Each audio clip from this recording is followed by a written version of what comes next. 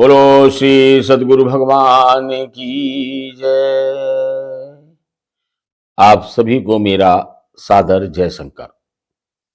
ध्यान दृष्टि दर्शन संस्थान की ओर से चलाई जा रही आत्म जागरण मिशन के प्रथम चरण में संस्था के यूट्यूब चैनल पर प्रतिदिन रात्रि को होने वाली इस आध्यात्मिक चर्चा में मैं डॉक्टर प्रवीण गुप्ता आप सभी का हार्दिक स्वागत करता हूं। इन दिनों हम लोग कठोपनिषद पर चर्चा कर रहे हैं, जहां भगवान यमराज नचिकेता को ब्रह्म विद्या का ज्ञान प्रदान कर रहे हैं। उपनिषद के द्वितीय अध्याय की प्रथम वल्ली में भगवान यमराज ब्रह्म के यानी परमात्मा के विभिन्न स्वरूपों को विभिन्न माध्यमों के साथ सूक्ष्म और सूक्ष्मतर तरीके से समझाते हुए जा रहे हैं, और उनके संवाद के माध्यम से हम और आप सीख रहे हैं कि हम उस परम तत्व को कैसे जाने, यानी उस परमात्मा को जाने कैसे। क्योंकि जब जानेंगे फिर मानने के लिए कुछ नहीं करना होता है, मानना अपने आप हो जाता। हम जिस चीज को जान जाते हैं उसको मानने लगते हैं। मानने का संघर्ष तभी तक रहता है, यानी श्रद्धा और विश्वास जगाने के लिए हम तभी तक संघर्षशील रहते हैं जब तक हम जानते नहीं हैं। और जैसे ही हम जान जाते हैं वैसे ही मान जाते हैं। मानने के लिए फिर कुछ नहीं करना होता, केवल जानना है। और हम जान रहे हैं उस परम तत्व क्या है और कहाँ है, वह हमारे ही अंदर स्थित है। और कैसे हम उसको अनुभव कर सकते हैं, कुछ इन्हीं संदर्भों का आज का मंत्र है। और आज के मंत्र में भगवान यमराज बहुत महत्वपूर्ण जानकारियां दे रहे हैं कि आखिर हमारा मन संसार में भटकता क्यों है, हम क्यों नहीं एकाग्र हो पाते हैं। हम जीवन भर दौड़ते हैं, जीवन भर सब कुछ पाते हैं, लेकिन फिर भी हम खाली रह जाते हैं। अंत समय हमें यह एहसास होता है कि जीवन में कुछ कर ही नहीं पाए। सब कुछ प्राप्त करते हैं जो चाहते हैं, उसके बावजूद भी लगता है कि जीवन सब व्यर्थ चला गया। क्यों ऐसा होता है? हम उस परम तत्व को क्यों नहीं जान पाते हैं, हम उस परम तत्व से में क्यों नहीं लय हो पाते हैं, उसका मुख्य कारण क्या है?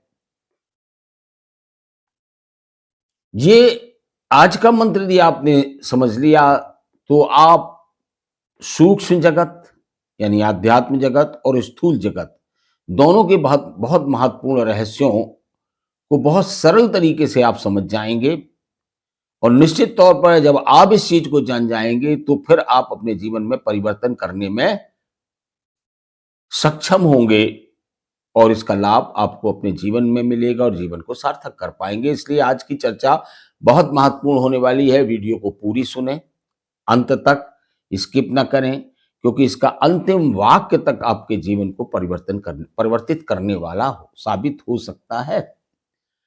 तो चलिए जुड़ते हैं आज की इस चर्चा पर। लेकिन इससे पहले आपसे अनुरोध है कि यदि आपने अभी तक हमारा चैनल सब्सक्राइब नहीं किया है तो पहले चैनल को सब्सक्राइब कर लें, बेल आइकन दबाकर ऑल पर क्लिक करें, ताकि हमारी हर वीडियो का नोटिफिकेशन आप तक पहुंचता रहे। तो चलिए प्रारंभ करते हैं आज की चर्चा को। कठोपनिषद द्वितीय अध्याय प्रथम वल्ली मंत्र संख्या 14, जहां भगवान यमराज नचिकेता से कह रहे हैं, यथोदकम दुर्गे वृष्टम पर्वतेषु विधावती एवं धर्मान पृथक पश्यम स्थानेवानुविधावती। अब इसके एक एक शब्द के अर्थ को समझते हैं। यथोदकम, पहला शब्द है यथा। यथा माने जैसे, यथो हो गया, ओ हो गया, तो आ और ऊ मिलकर ओ हो गया, यानी उदकम। उदकम माने जल, जैसे जल। दुर्गे यानी दुर्गम स्थान। वृष्टम यानी वर्षता है। पर्वत के ऊंचे पर्वत में दुर्गम स्थलों पर, चोटियों पर जब पानी बरसता है, पर्वतेषु विधावती, पर्वतों में जब गिरता है तो गिरकर अलविधावती, विभिन्न दिशाओं में बह जाता है। क्या रुक पाता है? पर्वत में जब ऊंचाई पर पानी बहता है तो विभिन्न दिशाओं में वो बहकर नीचे चला जाता है, पर्वत पर ठहरता नहीं है। एवं उसी प्रकार धर्मान पृथक, धर्मान यानी गुणों। धर्म क्या है? गुण, विषय, कर्तव्य, अनुभव को, जो धर्मों को अलग अलग देखता है। अब धर्म का मतलब पंथ ना समझ लेना, या कुछ भी समझ लो, बल्कि मैं तो ये कहूंगा कि धर्म का मतलब इस संसार में जो कुछ भी है सब, यानी जो गुण, विषय, कर्तव्य, अनुभव, इन सब को पृथक पश्यन, पृथक माने अलग अलग, पश्यन मीन्स देखता है, जो इन को अलग अलग देखता है, देखने वाला यानी भेद बुद्धि वाला, तान एव अनुविधावती, और उन्हीं के पीछे दौड़ता रहता है, वह उन्हीं के पीछे दौड़ता रहता है। तो ये तो शब्दार्थ था। अब इसका जो अर्थ है, भावार्थ है इस मंत्र का, वो ये है कि जैसे पहाड़ों पर गिरा हुआ वर्षा जल एक जगह टिक नहीं पाता है, अलग अलग दिशाओं में बह जाता है, उसी प्रकार जो मनुष्य धर्मों, कर्तव्यों, विषयों और अनुभवों को अलग अलग भिन्न भिन्न रूप में देखता है, उसकी चेतना भी उन्हीं के पीछे बिखरती हुई दौड़ती रहती है, बिखर जाती है चेतना। ये रहस्य है कि हम एकाग्र क्यों नहीं हो पाते हैं, हम ध्यान में परमात्मा का अनुभव क्यों नहीं कर पाते हैं, क्योंकि हमारी ऊर्जा, जो हम नाना प्रकार का विविधता देख रहे हैं, उनके पीछे बह जाती है, उन्हीं में बह रही है।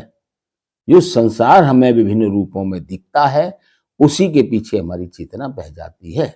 जिधर हमारा चिंतन जाता है, उधर हमारी चेतना जाती है, और जब चेतना इस प्रकार विभिन्न दिशाओं में बिखर जाती है, तो चेतना एकाग्र होकर उस परम तत्व से तादात्म्य स्थापित नहीं कर पाती है। इसलिए हमारा ध्यान में मन नहीं लगता है, ध्यान में हमारा ठहरता नहीं है, और हमें वो अंतर के अनुभव नहीं आते हैं, क्योंकि हम फंसे हैं संसार में। संसार के चिंतन के रूप में एक सिद्धांत है, where thought goes energy flows. जहां विचार जाते हैं, एनर्जी फ्लोज, वहां ऊर्जा बहती है, चेतना बहती है।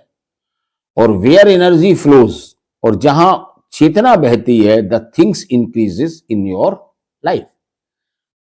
तो जिन चीजों पर हमारा चिंतन जाता है, जहां चेतना जाती है, जहां चिंतन जाता है वहां चेतना जाती है, और जहां चेतना जाती है वो चीजें हमारे जीवन में बढ़ जाती हैं। तो जब वो बढ़ जाती हैं तो चिंतन और प्रगाढ़ हो जाता है उन्हीं का। यही चक्र जब फितोच और ऊर्जा उसी में बहने लगती है, तो चीजें और बढ़ जाती हैं हमारे जीवन में, और ये चक्र चलता रहता है, और हम अपनी सारी ऊर्जा का प्रवाह संसार के नाशवान पदार्थों में खर्च कर देते हैं, और उस अविनाशी परमात्मा की ओर हमारा जीवन पर्यंत उस ओर दृष्टि तक नहीं हो पाती है। हम संसार में ही फंसे हुए इस संसार से चले जाते हैं, और फिर संसार के पदार्थों के लिए जो हमने नाना प्रकार के कर्म किए हैं, उन कर्म के फलों के आधार पर और कारण शरीर में पड़े हुए पूर्व जन्म के कर्मों के अनुसार फिर हमारी नई प्रारब्धि बनती है, और हम नया जन्म लेते हैं, और इस प्रकार जन्म और मृत्यु के चक्र में हम फंसे हुए हैं। हमारा जन्म और मृत्यु के पीछे फंसे होने का कारण ही यही है कि हमारी चेतना संसार के पदार्थों में बह रही है, परमात्मा की ओर उसका बहाव नहीं है। अभी हमें करना क्या है कि उस बहाव को इनसे समेटना है, सरोवर बनना है, ठहराव, पहाड़ नहीं बनना है, सरोवर बनना है। अंदर खाली, अंदर को खाली करो, और उस परमात्मा तो जब बारिश होगी तो उसमें जल भर जाएगा, कहीं जाएगा नहीं, ताकि ये चेतना उसमें अंतर में ठहरे, और फिर उसमें अंतर में परमात्मा झलक जाएगा। तो चेतना के इस विभिन्न दिशाओं में होने वाले बहाव को रोकना है, और उसको अंतर में भरना है। अंतर को सरोवर बना लेना है, झील बना लेना है, सागर बना लेना है। चेतना वहीं ठहरे, और जब ठहर जाएगी तो अंतर में परम तत्व परमात्मा प्रकट हो जाएगा, प्रकाशित हो जाएगा, अनुभव आने आ जाएगा। अब इसकी हम व्याख्या करते हैं। यद्यपि गीता प्रेस की इस उपनिषद में इसका अर्थ दिया हुआ है कि वर्षा का जल एक ही है, पर जब वह ऊंचे पर्वत की उबड़ खाबड़ चोटी पर बरसता है तो वहां ठहरता नहीं, तुरंत ही नीचे की ओर बहकर विभिन्न वर्ण आकार और गंध को धारण करके पर्वत में चारों ओर बिखर जाता है। इसी प्रकार एक ही परमात्मा से उत्पन्न हुए विभिन्न स्वभाव वाले देव, असुर, मनुष्य आदि को जो परमात्मा से पृथक मानता है और पृथक मानकर ही उनकी उपासना पूजा आदि करता है, उसे भी बिखरे हुए जल की भांति ही विभिन्न देव असुरादि के लोकों में और नाना प्रकार की योनियों में भटकना पड़ता है, वह ब्रह्म को प्राप्त नहीं हो सकता है। यहां पर उन्होंने एक सीमित अर्थ को लिया है कि परमात्मा के विभिन्न स्वरूपों में उपासना क्या किसकी करनी है, कि जो देवताओं की उपासना, असुरों की, देव नागों की या विभिन्न की या जो उपासना करते हैं, इनको परमात्मा से अलग मानते हैं कि परमात्मा अलग और ये अलग, उस प्रकार की उपासना करते हैं तो वो उन्हीं योनियों में जाते हैं और फिर नाना प्रकार की योनियों में भटकते रहते हैं। लेकिन इसका आशय और विस्तृत है, हमारे रोज के जीवन से रिलेटेड है, केवल उपासना से नहीं, हमारे भौतिक जीवन से भी संदर्भित है। और इसको विस्तार देते हुए समझते हैं, ये मंत्र जो है अविद्या, इग्नोरेंस, बोधहीनता को बहुत सूक्ष्म रूप से प्रस्तुत करता है। बहुत सूक्ष्म छिपा हुआ है इसमें वो रहस्य ऊर्जा के उपयोग का, चेतना के उपयोग का, दृश्य जगत में और सूक्ष्म जगत में, दोनों में इसके प्रयोग का बहुत बहुत महत्वपूर्ण मंत्र है। ये पूरी एक दिशा बता रहा है कि जीवन कैसे चल रहा और जीवन चलाना कैसे, दोनों ही बातें समझा रहा है। तो चलिए समझते हैं पर्वत क्या है। पर्वत है हमारा अहंकार, मैं, हमारा अस्तित्व, वासनाएं, हमारे संस्कार, ये पर्वत है। पर्वत इन ऊंचे ऊंचे अहंकार, इच्छाओं, नाम रूप और भेद बुद्धि का प्रतीक है। हमारी इच्छाओं का, नाम रूप आदि का जो भेद बुद्धि है, उस दिन में भी आया था कि जो नानात्व को देखता है वह परमात्मा को नहीं जान सकता है। जो जानता है कि ये सब एको ब्रह्म द्वितीयो नास्ति, इस परमात्मा के सिवा और कुछ है ही नहीं, यहाँ जो कुछ भी है सब परमात्मा ही है, वही उसको जान पाता है। और जो ही जानता है कि ये अलग देवी है, ये अलग देवता है, ये इतने देवता, ये इतने देवता, परमात्मा अलग है, देवता अलग है, यक्ष अलग है, राक्षस अलग है, और भी जो तमाम है वो सब अलग हैं। संसार में मनुष्य अलग है, पशु अलग है, पक्षी अलग है, पेड़ पौधे अलग हैं, ये अलग है, वो अलग है, हम ऊंची जात के हैं, ये नीची जात का है, ये इस देश का है, वो विदेशी है। ये जो भेदपूर्ण दृष्टि है ये अधर्म है। धर्म क्या है कि एक वो ब्रह्म द्वितीयो नास्ति, सब एक परमात्मा है, व्यक्त परमात्मा है। परमात्मा दो रूपों में है, व्यक्त और अव्यक्त।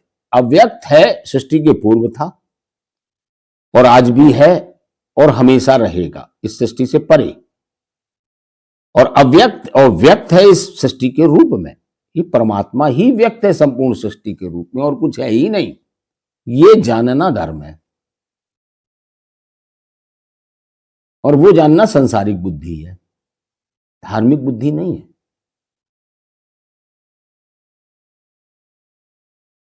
तो ये पर्वत उन ऊंचे ऊंचे अहंकार, इच्छाओं, नाम रूप और भेद बुद्धि का प्रतीक है पर्वत। तो जब जल पर्वत पर गिरता है तो वह धाराओं में बट जाता है, नीचे बह जाता है, कहीं टिक नहीं पाता है, नीचे ही तो जाएगा। ठीक ऐसा ही होता है जब व्यक्ति की चेतना के साथ, उस व्यक्ति की चेतना के साथ जो संसार को मैं और मेरा, ये अलग वह अलग के रूप में देखता है। परमात्मा की कृपा तो सब पर बराबर बरस रही है, निरंतर बरस रही है। कोई ऐसा नहीं है, चाहे वो अच्छा हो चाहे बुरा हो, सब पर बराबर की बरस रही है। परमात्मा भेद दृष्टि नहीं रखता किसी के साथ। सबको बराबर से सांसें आती हैं। सूर्य सबको बराबर की रोशनी देता है, चाहे अच्छा हो चाहे बुरा हो, चाहे पापी हो चाहे पुण्यात्मा हो। किसी के साथ भेद करता है? परमात्मा की बनाई हुई चीजें भी भेद नहीं करती हैं। चंद्रमा सबको बराबर की रोशनी देता है, चाहे पापी हो चाहे पुण्यात्मा हो, चाहे इस देश का नागरिक हो चाहे विदेश का नागरिक हो, चाहे ऊंची जात का हो चाहे नीची जात का हो, चाहे तुम्हारे धर्म का हो चाहे दूसरे के धर्म का हो। कोई भेद करता है? सूरज कोई भेद करता है? चंद्रमा कोई भेद करता है? वायु कोई भेद करती है? जल कोई भेद करता है? सबकी एक जैसी प्यास बुझाता है जल। अग्नि कोई भेद करती है? कोई भेद नहीं करता। परमात्मा भी कोई भेद नहीं करता है, सबके साथ समानता का व्यवहार करता है। भेद करता है अहंकार। मैं ऊंचा तुम नीचे, मैं मेरा तुम पराये। ये जो भेद बुद्धि, अहंकार पूर्ण बुद्धि है, भेद यहां से उत्पन्न होता है, अहंकार से। मैं और मेरा से होता है, अविद्या से होता है, अज्ञान से होता है। मैं और मेरा का भान ही अज्ञान है, अविद्या है। सब वही है, उसके सिवा कुछ और है ही नहीं इस दृश्य दृश्य जगत में। एको ब्रह्म द्वितीयो नास्ति, वही परमात्मा है, इसके अलावा कुछ भी नहीं है। तो परमात्मा की कृपा सब पर बराबर बरस रही है। अब यहीं पर समझने की बात है कि हमें देखना है कि हमारे चिंतन की धाराएं कहां जा रही हैं। वो सरोवर बनकर अंतर में एक जगह ठहर गई हैं, तो जितनी कृपा की बारिश होगी वो वहीं भर जाएगी। लेकिन अगर हमारी चिंतन की धाराएं धन के पीछे भाग रही हैं, एक धारा धन की ओर जा रही है, ज्यादा से ज्यादा धन कमा ले, तो वो कृपा धन की ओर जाएगी और तुम्हारे यहां धन बढ़ेगा, क्योंकि जिधर वो जाएगी वो चीज तुम्हारे जीवन में बढ़ेगी। किसी की भोग विलास की ओर चिंतन जा रहा है, where thought goes energy flows. ये एनर्जी जो तुम्हें निरंतर प्राप्त हो रही, यही तो परमात्मा की कृपा है, जिससे तुम जीवित हो। कौन शक्ति तुम्हें जिलाए हुए है? जिस शक्ति के कारण तुम्हारा जीवन है वही तो परमात्मा है, वही तो आत्मा है। तुम्हारे शरीर में है, तुम्हें जीवित रखे हुए है, तुम्हें चला रही है, तो वो आत्मा है। और जो शरीर संपूर्ण सृष्टि को जीवित रखे हुए उसे चला रही, वो परमात्मा है तो दोनों एक ही।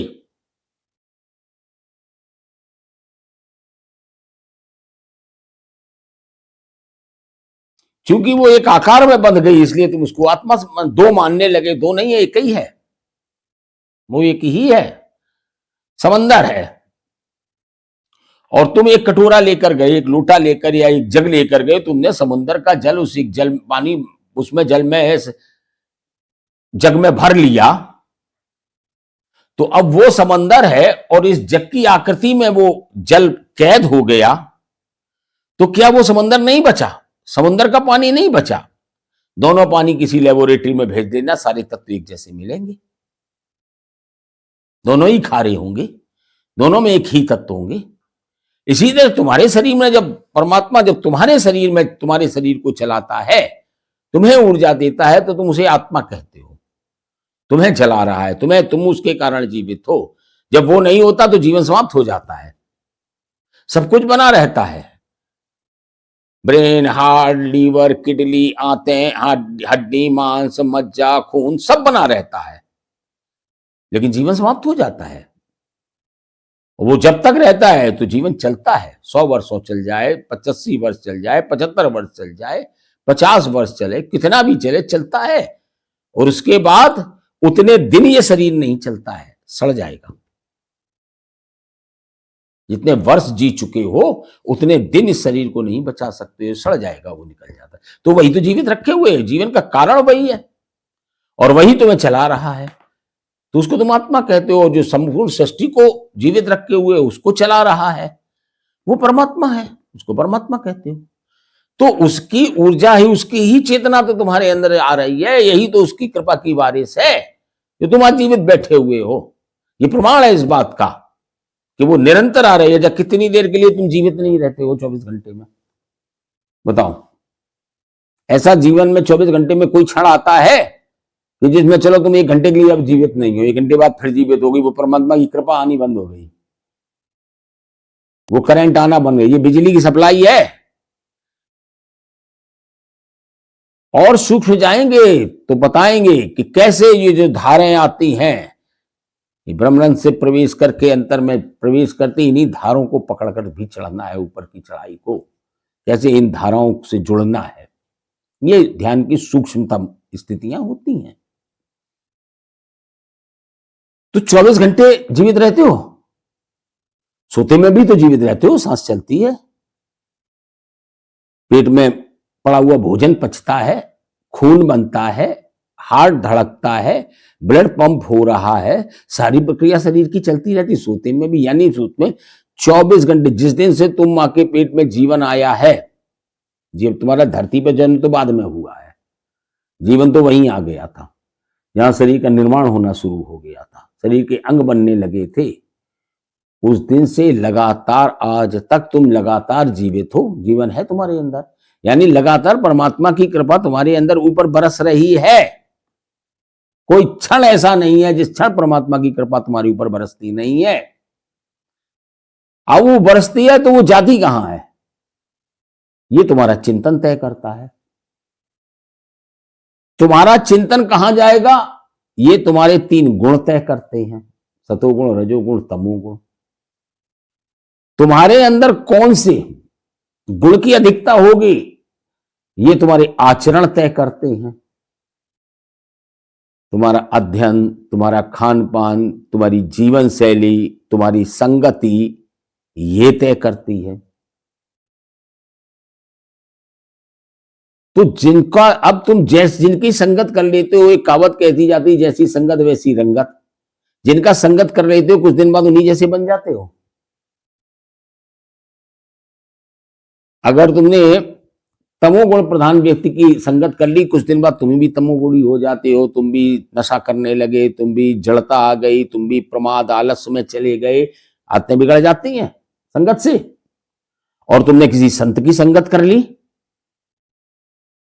तो तुम्हारे अंदर भी सात्विकता बढ़ने लगती, यानी सतोगुण की प्रधानता होने लगती। यानी गुण परिवर्तनशील है, इनको परिवर्तित किया जा सकता है, किया जाता है, होते ही हैं गुण परिवर्तनशील। चाहे अभी तक तुम्हारे जीवन में ये गुणों का परिवर्तन अज्ञानता से हो रहा था, अब जानकर करो। ज्ञान का आशय क्या है, जानकर करो। और किसके लिए ज्ञान होता है कि हम जीवन को कैसे बदलेंगे, तो जानकर करो संगत ज्ञान की, सतोगुण की, तो जीवन में तुम्हारे सतोगुण बढ़ेगा। रजोगुण दूसरे नंबर पर रखो, धन को प्रथम प्राथमिकता मत दो कभी भी, हमेशा प्राथमिकता सतोगुण को दो, रजोगुण को प्राथमिकता मत दो, दूसरे ही नंबर पर रखो जीवन में। यद्यपि धन जीवन के लिए आवश्यक है, लेकिन केवल 20% की आवश्यकता है। इस पंचकोशी शरीर में जो अन्नमय कोश है, धन की आवश्यकता सिर्फ अन्नमय कोश तक है। फिर प्राणमय कोश, मनोमय कोश, विज्ञानमय कोश और आनंदमय कोश में धन काम नहीं आता है। 80% भाग में धन का कोई रोल नहीं है, केवल 20% में है। 5 कोषों में से केवल 1 कोष धन से चलता है, तो धन को महत्व दो। धन से जीवन चलता है, धन से आवश्यकताओं की पूर्ति होती है, धन से जीवन में सुविधा होती है, जीवन में सरलता आती है। लेकिन द्वितीय नंबर पर धन जीवन नहीं है, जीवन का एक साधन है। हमने क्या कर दिया है, हमने धन को प्राथमिकता दे दी है, पहले स्थान पर रख दिया है। अब जब सारा चिंतन, सारा मनन, सब कुछ में धन प्रधान हो गया, तो हमारे जीवन में अधिकता हो गई रजोगुण की। और जब बात की गई ज्ञान की और ध्यान की, बोले ये बेकार, इनसे होना क्या, बुढ़ापे में देखेंगे, तो सतोगुण बिल्कुल नीचे चला गया और साथ में तमोगुण आ गया नंबर 2 पर। अब धन बढ़ गया तो तमोगुण, कुछ ऐसी आदतें पड़नी शुरू हुई, क्लब जाना शुरू हुआ, संगतें बदली, तो पार्टियां होने लगी, अब अभक्ष भोजन होने लगा और मादक पदार्थों का सेवन होने लगा, तो तमोगुण हावी हो गया और जीवन नष्ट हो गया। तो अब उल्टे चलना है कि हमें करना क्या है कि अपने अंदर सतोगुण की प्रधानता को लाना है, नंबर 2 पर रजोगुण को लाना है। तो जो त्रिगुणात्मक माया जो हमारे जीवन को चला रही है परमात्मा की शक्ति से, वह हमारे गुणों, जिस गुण की प्रधानता है उसी के तहत हमारे जीवन का संचालन करती है। तो जब सतोगुण की प्रधानता होगी तो वह तुम्हारे जीवन को सतोगुणी मार्ग पर ही चलाएगी। अब जब तुम्हारी धाराएं सतोगुणी हो जाएंगी,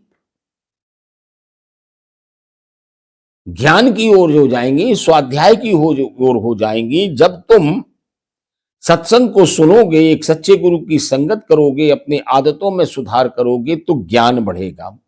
और ज्ञान से तुम्हें यह ज्ञान होगा कि हमें अंतर में सिमटना है और नाशवान पदार्थों को केवल कार्यमात्र बर्ताव में रखना है। उतनी ही हमें आवश्यकता है कि हमारा जीवन चलता रहे, ये शरीर पुष्ट रहे, स्वस्थ रहे।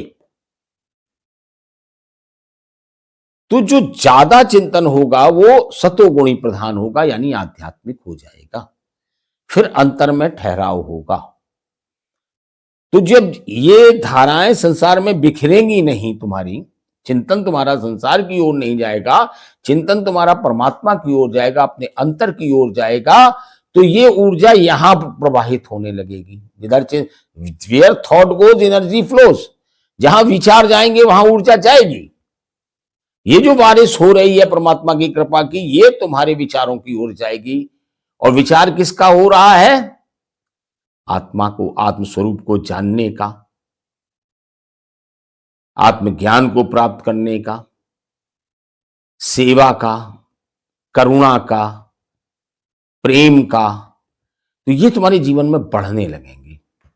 संतोष का, तो ये जीवन में तुम्हारे बढ़ने लगेगा। और जैसे जैसे बढ़ते जाएगा, एक समय ये आएगा तो ये सरोवर भरना शुरू हो जाएगा। फिर ध्यान में जाओगे तो ऊर्जा ध्यान में जाएगी, तो ध्यान और गहरा होगा और एक दिन सत्य तुम्हारे सामने प्रकट हो जाएगा। सत्य ही तो परमात्मा है। इतना गहरा संदेश ये मंत्र एक वारिस के माध्यम से दे रहा है, बता रहा है कि परमात्मा की कृपा हर समय बह रही है, लेकिन उसका प्रयोग कहां हो रहा है? तुम्हारा चिंतन जिधर है, तुम्हारा चिंतन धन की ओर है, यश की ओर है, वैभव की ओर है, प्रभुता की ओर है, भोगों की ओर है, तो ये जितनी भी भाई सारे कार्य होते तो परमात्मा की शक्ति से है। जो कुछ भी हमें मिलता वो मिलता तो परमात्मा की ही कृपा से है, उसकी ही कृपा से प्राप्त होता है। हम भ्रमवश स्वयं को कर्ता समझ बैठते हैं, जबकि हम कर्ता होते नहीं, हम होते हैं केवल दृष्टा। ये बात हम जान पाते हैं ज्ञान से, और अज्ञानता में तो हम स्वयं को कर्ता मान बैठते हैं। यह अज्ञानता है कि हम स्वयं कर्ता हैं। चूंकि हमारा चिंतन वहां जा रहा है, इसलिए परमात्मा की कृपा वहां जा रही है और वो चीजें हमारे जीवन में बढ़ रही हैं। तो हम संसार की ओर बढ़ते चले जाते हैं, परमात्मा से दूर होते चले जाते हैं, और फिर ये बंधन का कारण है, और फिर नाना प्रकार की योनियों में हमें भटकना पड़ता है। और जिस मानव जन्म जो मिला था, ये सुंदर अवसर से हम चूक जाते हैं।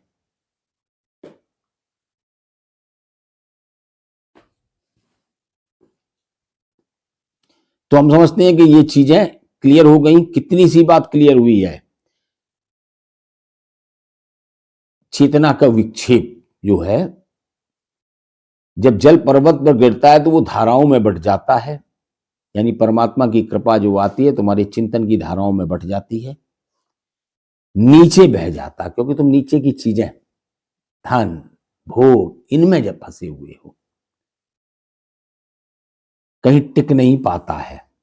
ठीक ऐसा ही होता है जब उस व्यक्ति की चेतना के साथ जो संसार को मैं, मेरा, ये अलग अलग रूप में देखता है और संसारों में भोग भोग की कामनाएं रखता है, तो सारी कृपा उन भोगों में चली जाती है और वो उसे उपलब्ध होते रहते हैं। और वो समझता हम पे परमात्मा की बहुत कृपा है। परमात्मा की बहुत कृपा और कम कृपा शब्द ही नहीं, इसमें परमात्मा की कृपा में कोई विशेषण नहीं जुड़ता है। परमात्मा की कृपा सब पर बराबर है। सबके लिए 24 घंटे का दिन है। क्या भक्त के लिए 48 घंटे का दिन है? नहीं है। 24 घंटे का ही दिन है सबके लिए। उसकी कृपा सब पर बराबर है, साधु पर और शैतान पर, सब पर बराबर है। लेकिन बस उस कृपा का उपयोग कौन कैसा कर रहा है। साधु उसको संजो रहा है उस परमात्मा को ही प्राप्त करने में, और शैतान और भोगी उसको उपयोग कर रहा है भोग और वासनाओं में। इसलिए वो नष्ट होते हैं और साधु तर जाता है, परमात्मा को प्राप्त हो जाता है। वो उस कृपा को संजोता है। तो लगता है कि उस पर कृपा ज्यादा है, उन्हें लगता है हम पर कृपा ज्यादा, क्योंकि धनाधन धन आ रहा है, बढ़िया दुकान चल रही है, खूब पैसा इकट्ठा हो रहा है। लेकिन किसकी कीमत पर हो रहा है? परमात्मा की वो कृपा जो तुम्हारा इस जीवन से उद्धार कर सकती थी, वो कीमत देकर तुम धन खरीद रहे हो, और साधु उस कीमत को देकर अमरत्व प्राप्त कर रहा है। तुम नाशवान ले रहे हो, वो अविनाशी को खरीद रहा है उसी से। ये तुम्हारी पूंजी है, परमात्मा सबको बराबर दे रहा है।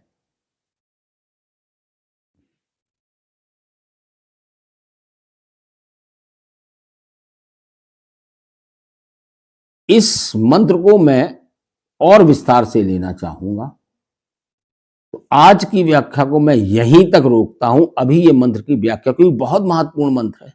एक ही मंत्र जीवन बदल देगा, जीवन की सारी धाराएं बदल देगा, सारा चिंतन बदल देगा। तो इस को मैं कल के लिए रखता हूं। मैं इस पर कल फिर चर्चा करूंगा, क्योंकि ये चर्चा छोटी नहीं है, बहुत बड़ी है, और एक वीडियो बहुत बड़ी हो जाएगी। इसलिए आज इसको यहीं विराम देता हूं। कल इस पर पुनः चर्चा करेंगे आगे की, और बहुत सारे रहस्य खुलेंगे जीवन के। आज इसको पूरा सुनिए, कल पुनः लाइव में रहिए, और कल पुनः इसके दूसरे भाग को अवश्य सुनना। मैं समझता हूं कि जीवन के बहुत सारे रहस्य इसी मंत्र से खुल जाएंगे, जीवन को एक दिशा मिल जाएगी। आशा करता हूं कि आज के भी तक की चर्चा आपको अवश्य अच्छी लगी होगी। तो वीडियो को लाइक करें, शेयर करें, और कमेंट बॉक्स में बताएं अवश्य कि आपको आज की चर्चा कैसी लगी। हमसे जुड़ने के लिए हमारे चैनल पर हमारा व्हाट्सएप नंबर है, संस्था के साथ जुड़िए, और धरातल पर भी लोगों, जनमानस के बीच भी चलकर लोगों को सही दिशा और ध्यान मार्ग से जोड़ने के लिए हम एक सुंदर समाज के निर्माण के लिए मिलकर कार्य करें। इसके लिए आप हमारी संस्था से संपर्क कर सकते हैं दिए हुए व्हाट्सएप नंबर पर। कल पुनः आपसे मुलाकात होती है इसी मंत्र पर आगे की चर्चा को लेकर।